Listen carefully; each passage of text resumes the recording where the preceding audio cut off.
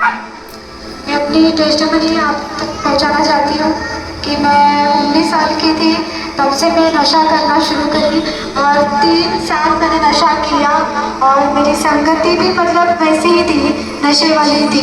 मैंने हर तरह का नशा किया, व्यभिचार किया और डिप्रेशन में भी चली गई थी नशे की वजह से।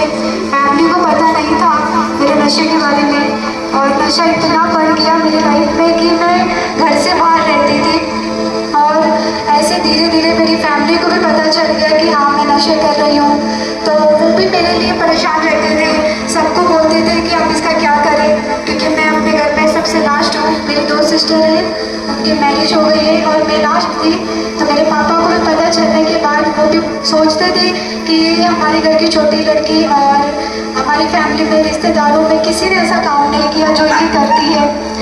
तो एक भाई मेरे घर आए, वो मसीह में ही थे, तो उन्होंने मुझे प्रभु यीशु। उससे पहले जैसे आप तो बता रहे थे कि मैं नशा बेचती भी थी, है ना? हाँ, तो जैसे कि मैं स्मोकिंग करती थी, फिर उसके बाद ड्रग्स भी लेती थी, चरस गांजा भी लिया है मैंने। तो जैसे कि मैं ड्रग्स पहले लेती थी, फिर मेरी ऐसे फ्रेंड सर्कल थे कि वो लोग ड्रग्स बेचते थे, तो मैं उनके साथ में भी बेचती थी ड्रग्स। तो ऐसे मेरी फैमिली को पता चला कि मतलब ये कुछ ज़्यादा ही नशा करती है। तो एक भाई मेरे घर आए, उन्होंने प्रभु यीशु मसीह के बारे में मुझे बताया और मैंने विश्वास नहीं किया। मैंने बोला कि हाँ ठीक है। तो वो डेली हमारे घर आने लगे, प्रेयर करने लगे, तो मुझे थोड़ा थोड़ा विश्वास हुआ।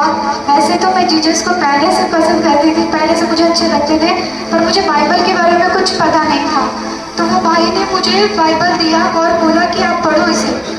तो मैंने पढ़ना स्टार्ट किया, पर मुझे पता नहीं था कि समझ ही नहीं आ रहा था कि ये क्या है।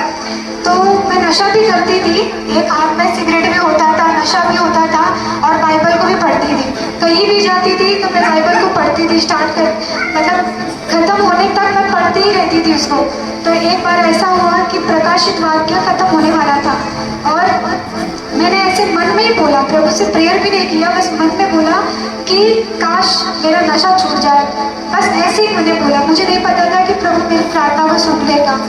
तो वो प्रकाशित वाक्य खत्म हुआ, वैसे कुछ महीनों बाद वो नशा मेरी लाइफ से धीरे धीरे चला गया। पर हाँ, थोड़ा थोड़ा डिप्रेशन था मेरी लाइफ में, मैं परेशान रहती थी और अकेले रहती थी, क्योंकि मैं फैमिली भी मेरे कारण परेशान थे ना, इसीलिए मैं थोड़ा परेशान रहना, बाहर रहना, दोस्तों के साथ। खामरा चर्च के बारे में आपको पता लगा, उसके बाद आप बिल्कुल अनजान थे। हाँ, 2022 में मुझे खामरा चर्च के बारे में पता चला, एक भाई के द्वारा जो यहीं रहते हैं।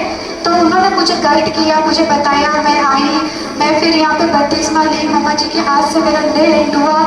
और जब मैं यहाँ से घर गई, अपने मुंबई घर गई, तो मेरी लाइफ एकदम से चेंज हो गई।